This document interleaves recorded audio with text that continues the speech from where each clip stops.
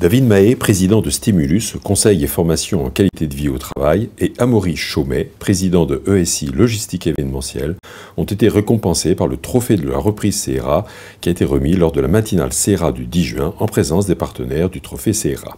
Je me présente, Céline Chevillon, avocat associé au cabinet Varoclier. Ils ont témoigné notamment sur 5 thèmes de la reprise d'entreprise. Il y a une différence entre l'accompagnement et garder le fondateur. Je pense que c'est deux choses différentes. Garder le fondateur, on peut très bien trouver une mission, un rôle, un espace pour qu'il puisse apporter de la valeur à l'entreprise. C'est différent de se faire accompagner. Dans une entreprise, il y a un patron, il n'y en a jamais deux. Ça, c'est un point qui est quand même important. Et dès le jour de la signature, vous devenez le patron et il est nocif, clairement, d'avoir quelqu'un qui ne pourrait pas lâcher l'affaire alors qu'il l'a vendu, etc. En tout cas, même si on a toujours gardé, gardé Patrick, des autres associés également, il n'y a jamais eu d'ambiguïté sur le fait qu'il y avait un patron et que c'était un nouveau patron, etc. Ça, c'est un premier point. Pour faire simple, moi j'avais identifié 3 points qui étaient absolument essentiels et vitaux pour l'entreprise. C'était la qualité du portefeuille client. On avait 3/4 du CAC 40 en clients, on avait 250 groupes, donc c'était un portefeuille extraordinaire. La qualité d'image de marque, qui était remarquable, la qualité d'expertise. C'était les 3 points qui faisaient que cette entreprise était un peu exceptionnelle, finalement. Et il y avait par contre des dysfonctionnements, c'est que cette entreprise ne marchait pas comme une entreprise normale.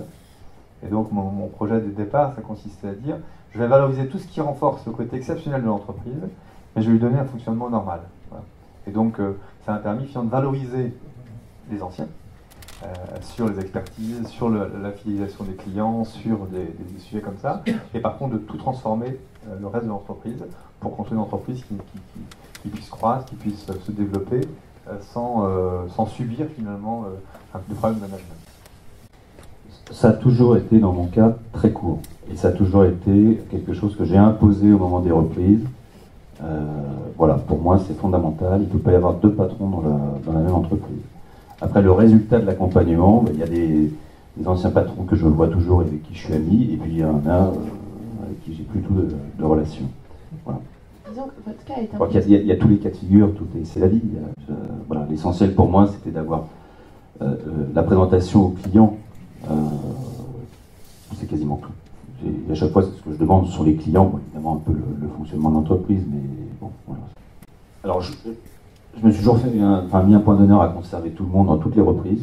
En général, je les motive. C'est-à-dire que dans les petites PME comme ça, vous n'avez pas forcément les résultats ne sont pas ouverts au personnel. Ils ne savent pas ce que c'est qu'un PNL en général, un compte d'exploitation, un EBIT, un EBITDA, on n'en parle même pas.